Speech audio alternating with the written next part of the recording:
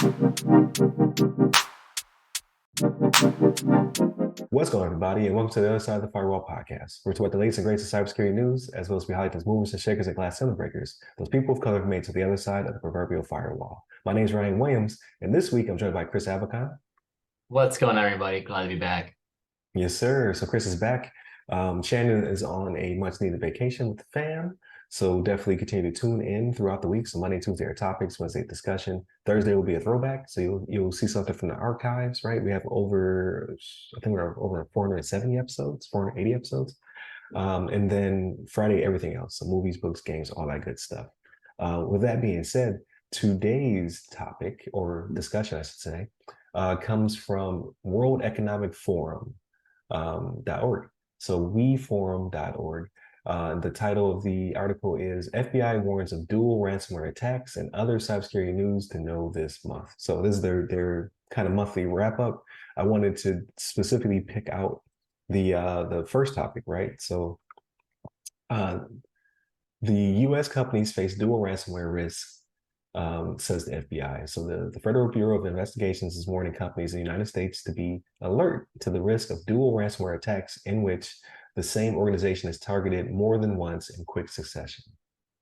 So we have talked a lot about MGM and Caesar Palace over the past couple of weeks. In the past, we've talked about the Colonial Pipeline, we talked about JPS. The hit list just keeps going on and on and on.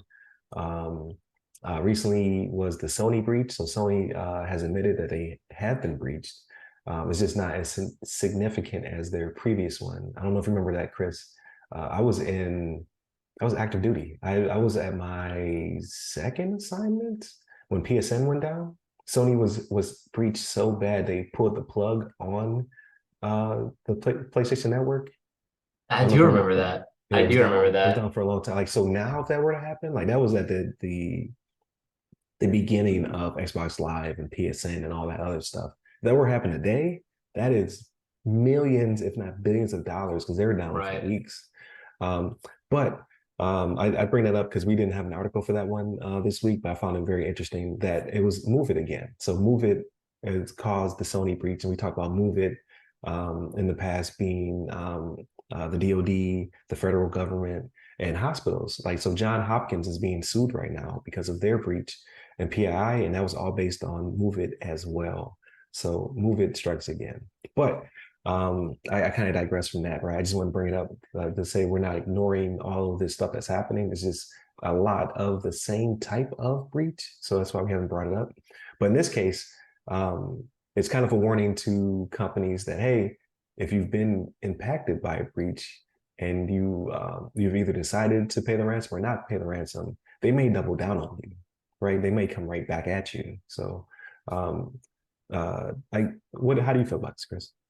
I mean, it is very one. It should be definitely concerning for companies, but it's definitely definitely very malicious to kick somebody while they're down. That's kind of how I see the dual cyber, or at least the dual ransomware attacks. Because when they see companies are slow to react to these mitigations or these potential areas to prepare or just like implement controls, they're going to come back for more.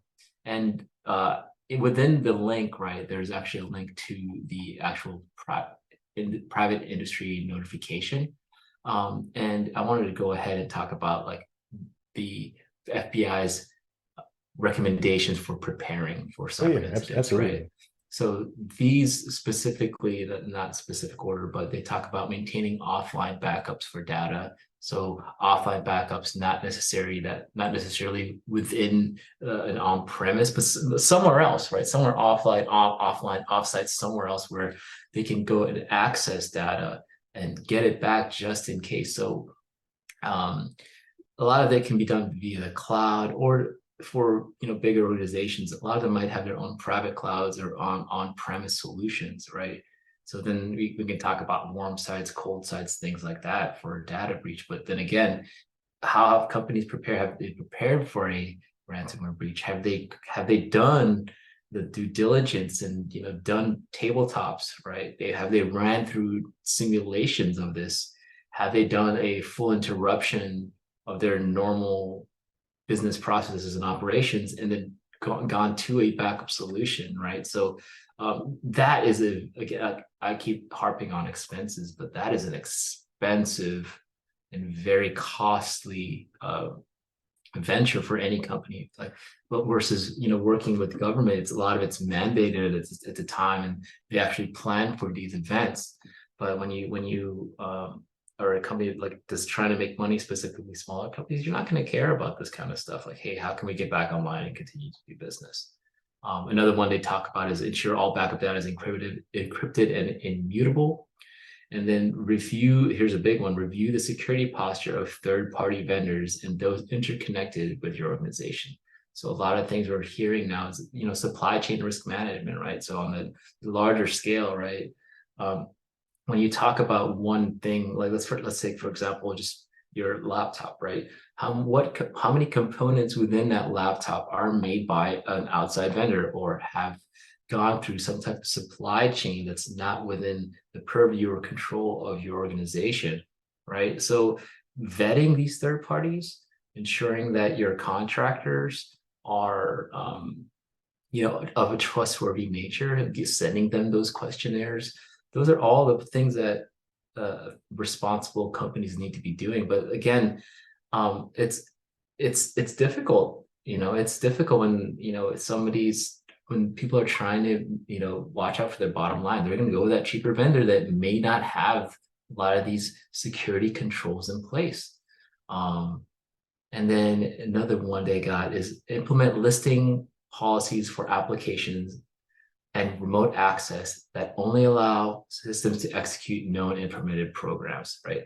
So whitelisting of applications, whitelisting of programs, that's more in line with like a SIM. They've got a lot of managed or security providers that do stuff like this for companies. But again, it's expensive, right? I keep coming back to this. It's kind of my I'm beating the dead horse here, but cybersecurity is not cheap, right? Right. And But it's upfront cost versus the double dip right. you've been hit, right? So I think, like, not to be a fear monger, but Yeah. when it comes to doing your business impact assessment, right? Your BIA, Right. like, how much are we going to pay Yeah. up front versus how much are we going to suffer on the back end? I So mean, I don't think you're being a dead horse. oh yeah, I mean, for sure, right? Because I don't think dollars are a dead horse at all. I think Right, right. it matters at the end of the day. I mean, if senior leaders out there need to show them, single loss expectancy figures, they got to do that risk analysis. Hey, a lot of them will find. I mean, there are solutions out there that are somewhat cost effective versus implementing your own, on-premise SIM, right? There's a lot of stuff that can be relegated to the cloud, right? So definitely, I hope that a lot of companies are doing their jobs out there and actually implementing these types of solutions.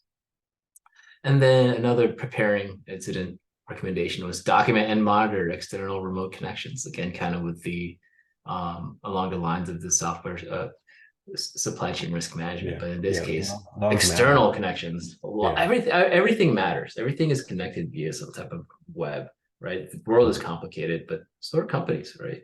As they grow. Yeah, yeah, definitely. I think a lot of people get lost in logs. Yeah, I think, and we talked about it in the last episode. I think a lot of this paralysis through analysis will be solved through the addition of AI, not replacing people, but because people still need to execute and still have the ability to discern between a threat and not a threat better than a machine can, for now anyway. But most importantly, it'll be an augmentation tool because human beings can be overwhelmed by logs. Like, logs are necessary. Like you said, you need to have a log of your external connections so you know what the baseline is, right? You know what right looks like. And machines are really good at picking up patterns and be able to parse through data. Human beings just don't have that capacity to the same extent as AI. So I think their AI buddy, whether it be a Copilot or whatever comes on the pipe, will be able to help with that. And then the retention of logs has always been a pain as well, right? People like to purge them because there's a lot of data, and I didn't parse through it anyway. So, like, just having the data doesn't do anything for me. It's the ability to have the data and then discern a lot of D's right there. If it's important or not important. So I think all of that kind of ties as well. So you have to have a solution that not only pulls the data, saves the data, helps you parse the data, but then your backup of your logs is also going to be important for the future. Because in the article, it says that most attacks happen within 48 hours of the first, but it could last up to as long as 10 days, right? Because if they're already an assistant a was adaptive persistent attack. I forget what the acronym is, but if Oh, they're already advanced persistent yeah, threat advanced or persistent attack. Like so they're already in there, right? And they're able to pivot or move laterally between systems or even escalate and upgrade their privileges. Who's to say they're not still lurking in the machine, right? So you need threat hunters and things of that nature to be able to find these things so that way a week down the line, when you finally feel like you're getting back on your feet, you're not punched in the face again. And that's kind of what the FBI is saying, like, hey, these are just the timeframes that we see, right? This is the most common is 48, but we've seen up to 10 days later, the culprit come back Mhm. because either you didn't feed them or you did feed them, and they're ready to extract more from you than they did the first time around. So, and you may be more susceptible to pay, right? After you either not paid or paid, you just like I got to get back online, like. In the case of a $1 trillion company, right? Can you last 10 days? Can Amazon be down for 10 days? I don't know. Like, I don't, that would be, they would hemorrhage billions of dollars. So, but yeah, I thought this was a really cool article. So I want to bring up the discussion just because we talk about it a lot, but to see that the FBI double down and say, no, this does happen. People do come back Right. to cause more damage. And I Um, like they published, hey, this is what you guys need to do, yeah, right? It's like yeah, keep all exactly. your software, disable unused ports, right? Disable hyperlinks and emails, like basic stuff. But like a lot of places don't think about the basics, Right, right? right. And these are free tools, right? Like you pay a consultant a lot of money to tell you these things and to help you implement them. But the Department of Justice, as well as the current and previous administrations, have been trying to make these tools free to you, right? You have your CISAs, you have your FBI's.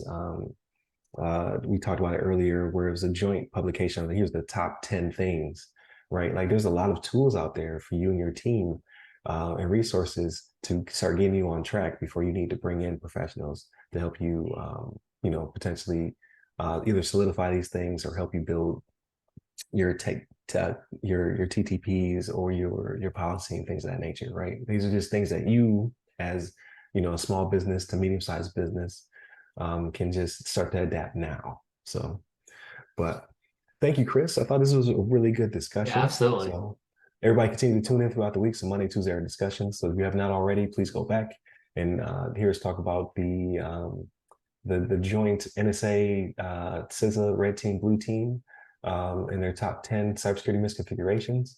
On Tuesday, we talked about the Rochester Institute of Technologies cybersecurity clinic and how they're getting more funds from Google for the good work they're doing. And then on Friday, we talked about everything else, movies, books, games, all that stuff. I forgot to mention earlier in the week, I will be at the 2023 CyberX Tampa Bay event. It's on October 24th from 5 p.m. to 8 p.m. I'll be on a panel, so please come see me if you have the ability to do so, right? So I'll be talking about the cybersecurity myths we tell ourselves. That's the panel I'm on. So I'm excited to have that discussion and then answer people's questions. So check us out. With that being said, you can check out Chris on LinkedIn. We'll have the link in the description. You can hit me up personally. I'm at RY Security Guy. That's RY Security Guy. You can find me on Clubhouse, LinkedIn, Twitter, and Threads. Stay safe, stay secure.